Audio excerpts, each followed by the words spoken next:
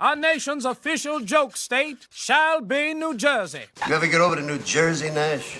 Not if I can help it. Hi, I'm Mr. Beat. I'm at Jersey Mike's because this video is about New Jersey and I couldn't actually afford to fly to New Jersey to film there. So this will have to suffice.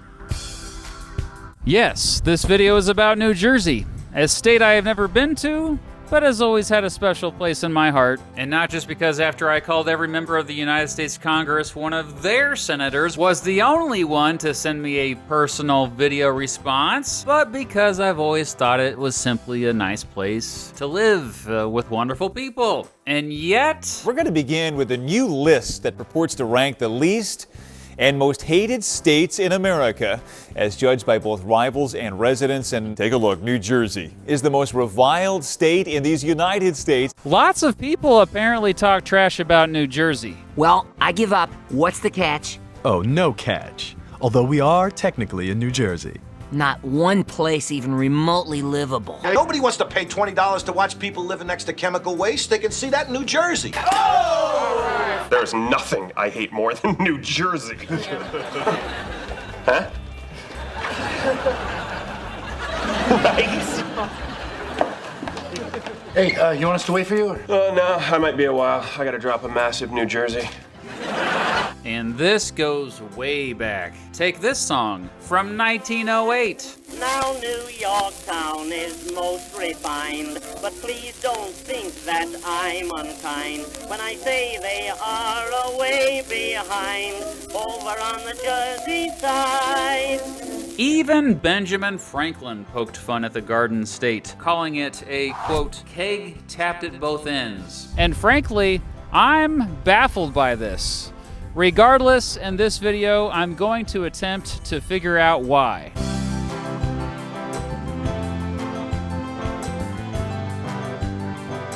But first, this video is sponsored in part by Kamikoto Knives. Hey, I'm Jersey Matt here. I'm gonna promote Kamikoto Knives. They sent me a box here. We're gonna unbox it. Check it out. Kamikoto. Oh, look at this. Oh! The knives come in a heavy-duty ash box, which makes it a great gift. Oh! Hey, these knives are made with high-quality Japanese steel using traditional techniques. Look at that. Now, each knife is individually inspected and comes with a lifetime guarantee. Oh, hey, these knives are used by Michelin star chefs all around the world. So let's try these babies out. Let's cut some apples.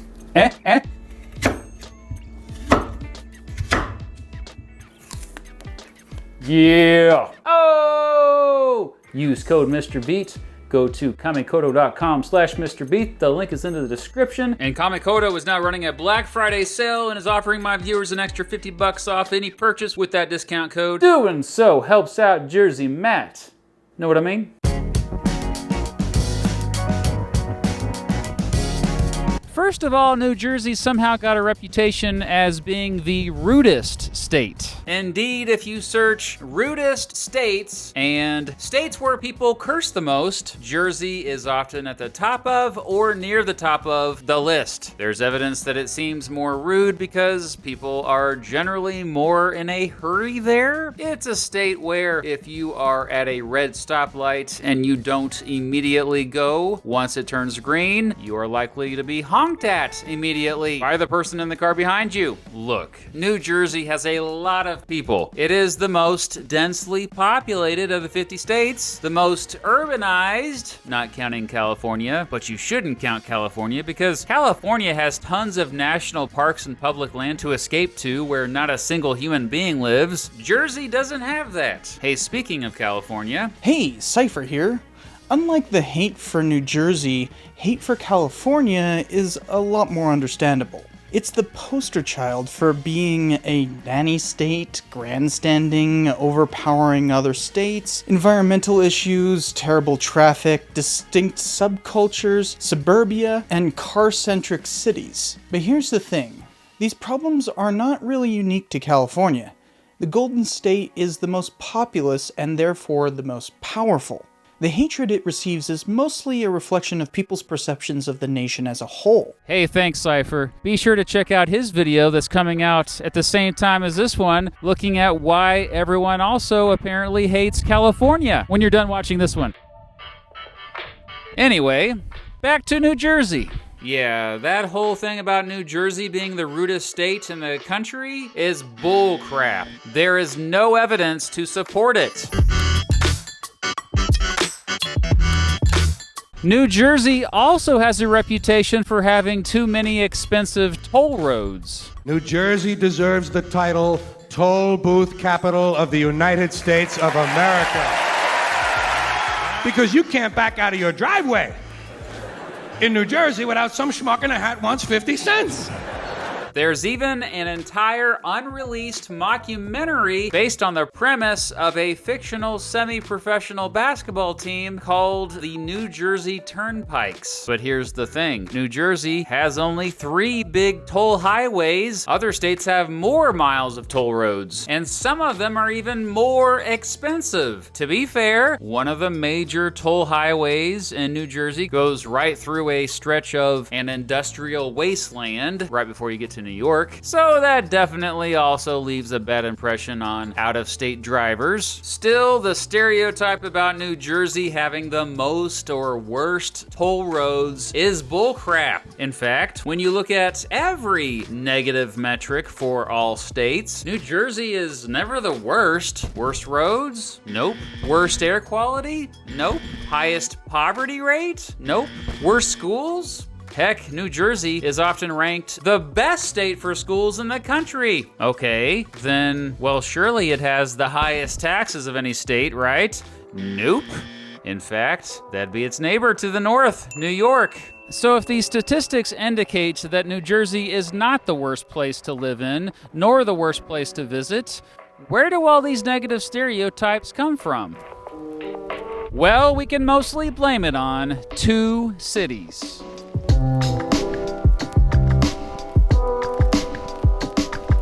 If you've seen my New York and New Jersey compared video, you'll know that there's a rivalry between the 2 states. Here's Cypher again to go over a brief history of that rivalry, which goes back to colonial times. One of many boundary disputes between English colonies was one that eventually turned to violence between New York and New Jersey.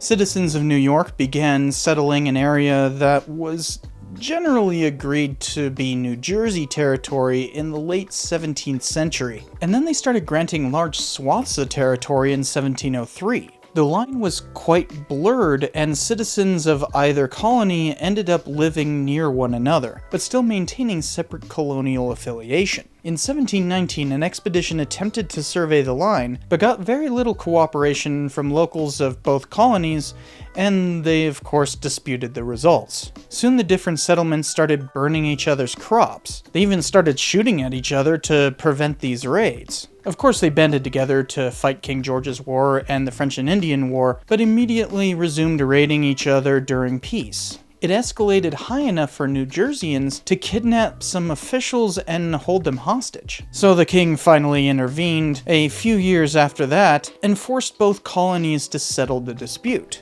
No one died from this border war, but it was 5 decades of regular violence. They'd have further disputes requiring the Supreme Court to intervene on multiple occasions, all the way to as recently as 1998. So these border disputes probably play a role in the overall rivalry between New Jersey and New York. Again, for more on that rivalry, be sure to check out my New York and New Jersey compared video. In that video, I also go over how New York City gets all the love from the rest of the country and world, while New Jersey, well, Jersey does not. Therefore, often the rest of the country and world sees New Jersey through the lens of New York, because we hear New Yorkers talking trash about New Jersey all the time in pop culture. Okay, so New Jersey's not my favorite place, but once Stella and I get married and she and Lucy move in with me, I'll never set foot in New Jersey again. Unless I'm going to see a Giants game or flying out of Newark.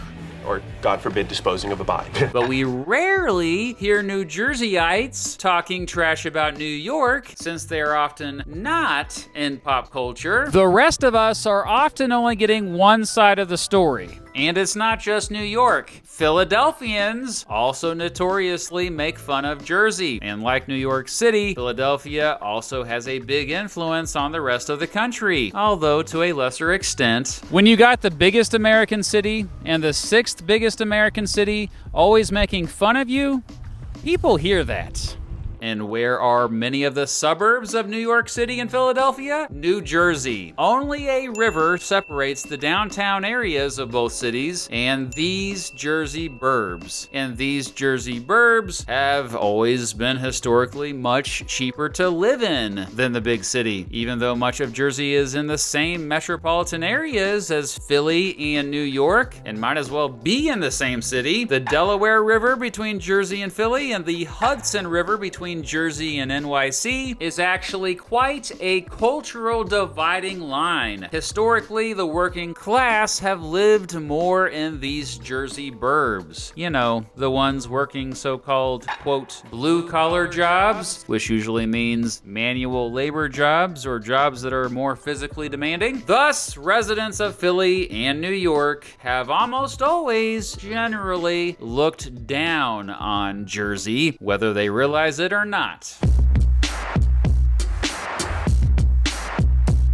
Where has most American mass media historically been produced? New York City. Who produces a lot of mass media? New Yorkers. Even today, with the decentralization of content that allows a social studies teacher from Kansas to become a full-time YouTuber with him rarely leaving his basement, most mass media content comes out of either New York City or Los Angeles. And when I say, quote, mass media, I mean media that is consumed not just by the entire country or even continent, but the entire world. What stinks? Were you rolling around in New Jersey? And when stuff is in mass media, time and time again, it becomes part of the culture. I mean, George Carlin even has an entire special called What Am I Doing in New Jersey?, where he pokes fun at the state. Let him put it right on the license plates. New Jersey, the toll booth state. What does it say now? The Garden State? Sure, if you're growing smokestacks, yes. Carlin was a lifelong New Yorker, by the way. Heck, even New Jersey's most famous reality TV show, Jersey Shore, was produced by a New Yorker. So, in conclusion, millions of people talk trash about New Jersey because millions of New Yorkers and Philadelphians talk trash about New Jersey. And historically, a lot of mass media has come from New York. If as much mass media was produced in Kansas rather than New York, then everyone would be hating on Missouri instead. Just saying. So the next time you're thinking about hating on New Jersey, forget about it. Hi, I'm Drawn of History, and as a born and bred New Yorker, New Jersey's always been a bit of a joke. You grow up knowing that it's just lesser. From its jug handles instead of left-hand turns, to the warm fart smell along the Northern Jersey Turnpike, the fact that state law prevents you from even pumping your own gas. But full admission, I actually live in New Jersey now, and it's not so bad. Its subway, the PATH train, has 90% less urine smell than New York City subways, and 90% less urine. They were cool with duels much longer than New York, which is fun for everyone not named Alexander Hamilton. And New Jersey is the traditionally accepted location of Gotham City, so I guess my point is New Jersey's still a joke, but now it's a joke that I'm truly in on.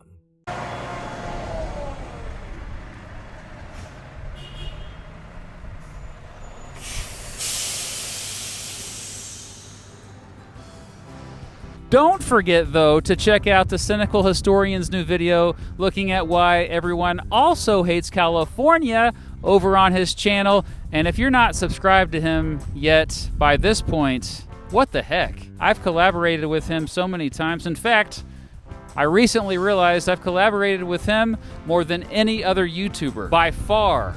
True facts. So what say you? Do you have any other theories regarding why so many people talk trash about New Jersey?